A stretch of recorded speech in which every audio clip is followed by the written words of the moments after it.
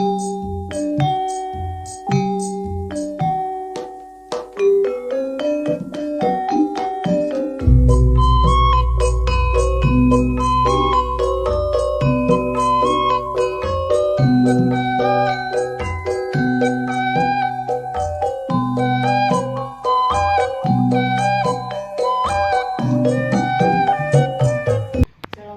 warahmatullahi wabarakatuh. Waalaikumsalam. Selamat siang, Pak. Siap. Maaf mengganggu waktu istirahatnya. Begini Pak, saya mendapat tugas mewawancarai 2 atau 3 kepala sekolah, yaitu temanya tentang pengambilan keputusan berbasis nilai-nilai kebajikan sebagai pemimpin. Mudah-mudahan Bapak berkenan diwawancarai oleh saya. Insyaallah siap. Terima kasih Bapak telah berkenan menjadi narasumber saya. Sebelumnya saya perkenalkan dulu ya Pak. Iya. Perkenalkan, beliau adalah Bapak Kepala Sekolah tempat saya mengajar, yaitu Bapak Kepala Sekolah SDN 5 Sukarame. Nama beliau Bapak Asep Dadang Hermawan. Alhamdulillah beliau sangat mendukung dan mensupport saya dalam mengikuti pendidikan guru penggerak. Bapak bisa dimulai wawancaranya? Silakan. Ya, terima kasih Pak. Ya, begini Pak, ada beberapa pertanyaan yang akan saya ajukan. Mudah-mudahan dalam wawancara ini dapat berjalan dengan lancar. Begini ya Pak, selama ini mungkin Bapak pernah mendapat kasus ya. Bagaimana Bapak dapat mengidentifikasi kasus-kasus yang merupakan dilema etika atau bujukan moral? Sebetulnya secara identifikasi secara khusus tidak ada, cuman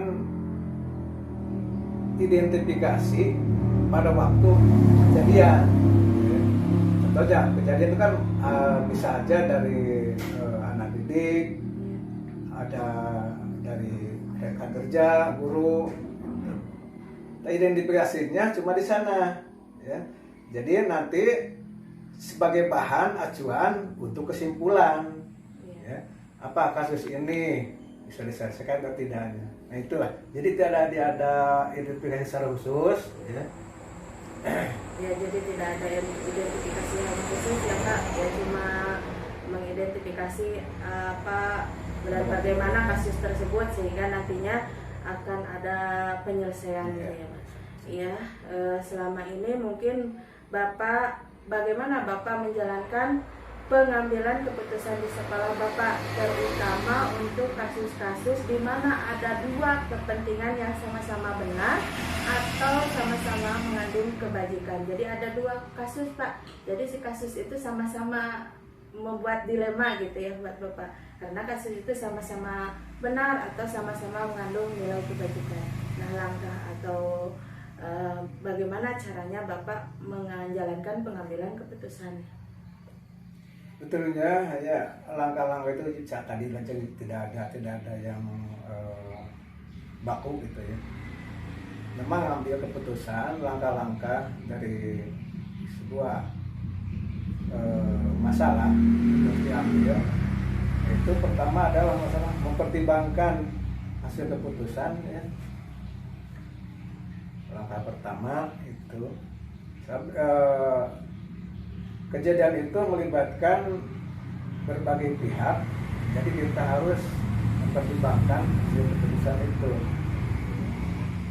Jadi nantinya hasilnya itu tidak ada efek lagi. Jadi mudah-mudahan itu mungkin ya. Ya, jadi dalam pengambilan keputusan di sekolah mungkin Bapak melihat dulu efeknya ya. Yeah. Kalau efeknya itu mana yang lebih sangat genting atau bagaimana nantinya ya. Jadi dipilih dulu mana yang termasuk kasus yang efeknya nanti keluarnya lebih lebar ya, lebih luas gitu. Kalau langkah-langkahnya atau prosedurnya seperti biasa Bapak lakukan seperti apa gitu? Misalkan pertama mengidentifikasi atau Iya, bagaimana? lihat dulu kasusnya atau permasalahannya dulu. Yang langkah pertama itu apa? Ya. Langkah pertama berarti mengidentifikasi masalah yang timbul. Ya. Terus yang kedua, siapa saja yang terlibat di dalam kasus tersebut. Nah itu.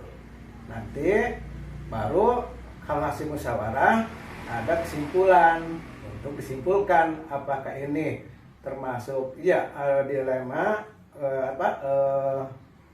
etika ya, terus jadi nanti akan ada hasil keputusan antara benar dan benar, antara benar dan salah. Nah itu. Iya, termasuk, Pak. Kemudian hal-hal apa saja yang selama ini Bapak anggap efektif dalam pengambilan keputusan pada kasus-kasus dilema etika? Nah, itu pasti tidak lepas kita harus ditempuh secara musyawarah. Ya. Jadi kita libatkan kalau memang apalagi kasusnya agak berat, gitu ya.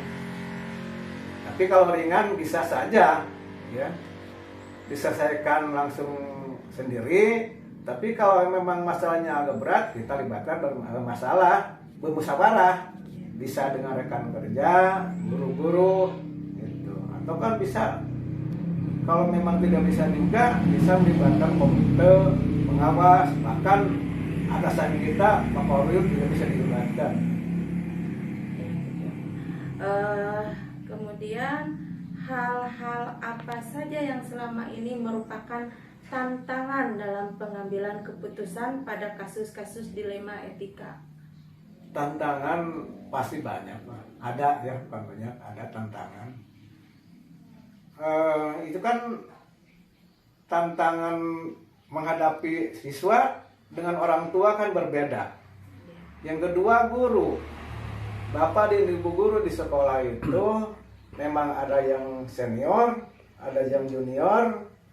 Pasti itu kan berbeda. Apalagi kalau memang ada guru usianya di atas saya, gitu. Itu agak berat juga itu menghadapinya dan menyelesaikan masalahnya, gitu. Kan memang apalagi yang tidak mengikuti alur dilema etika, ya, guru tersebut ya lain, itu kan susah dikendalikan.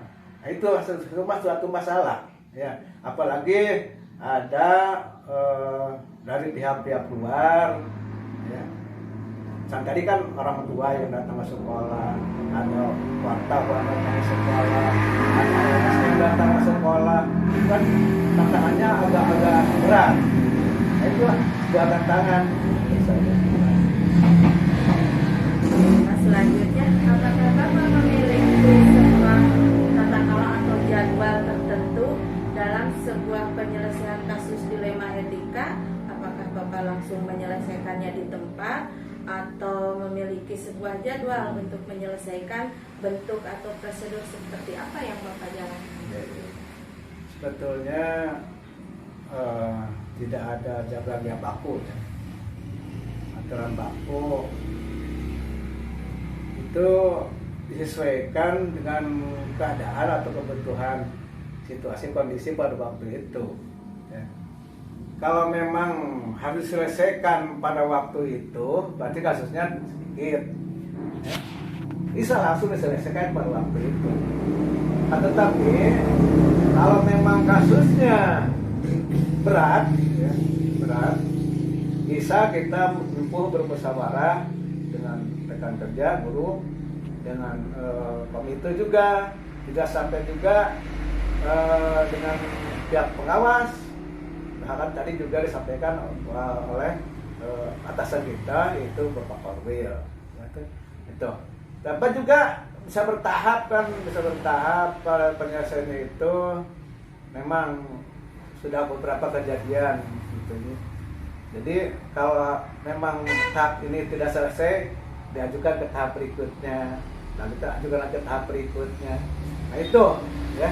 Jadi kita tempuh saja lah, kita tempuh. Jadi tidak ada aturan yang baku sama sekali. disesuaikan dengan kebutuhan. Selanjutnya, adakah seseorang atau faktor-faktor apa yang selama ini mempermudah atau membantu Bapak dalam pengambilan keputusan dalam kasus-kasus dilema etika?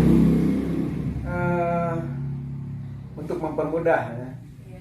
Untuk mempermudah itu kan tetap pertama kasus itu harus terbuka ya. Diketahui oleh orang lain, berarti tetap disempuh jalur musyawarah, tetap mempermudah itu. Rekan kerja atau rekan sejawat yang lebih tinggi kita minta pertolongan untuk mempermudah suatu penyelesaian masalah, diantaranya atasan kita itu bapak pengawas dan bapak korwil, itu paling membantu mempermudah suatu kelancaran ya. Itu bisa ditempuh kan melalui berbagai cara lah gitu ya. Pertama dengan lisan, dengan teguran gitu kan, dengan bisa disampaikan dengan suatu tulisan. Nah itulah. Ya, yang terakhir Bapak, dari semua hal yang telah disampaikan, pembelajaran apa yang dapat Bapak petik dari pengalaman Bapak dalam mengambil keputusan dilema etika?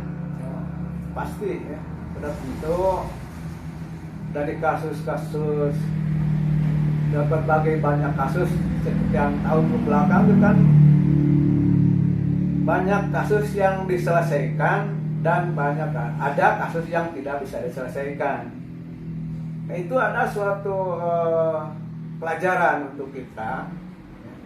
Jadi berbagai kasus itu kan berbeda. Jadi kita banyak pengalaman dari kasus tersebut. Ya.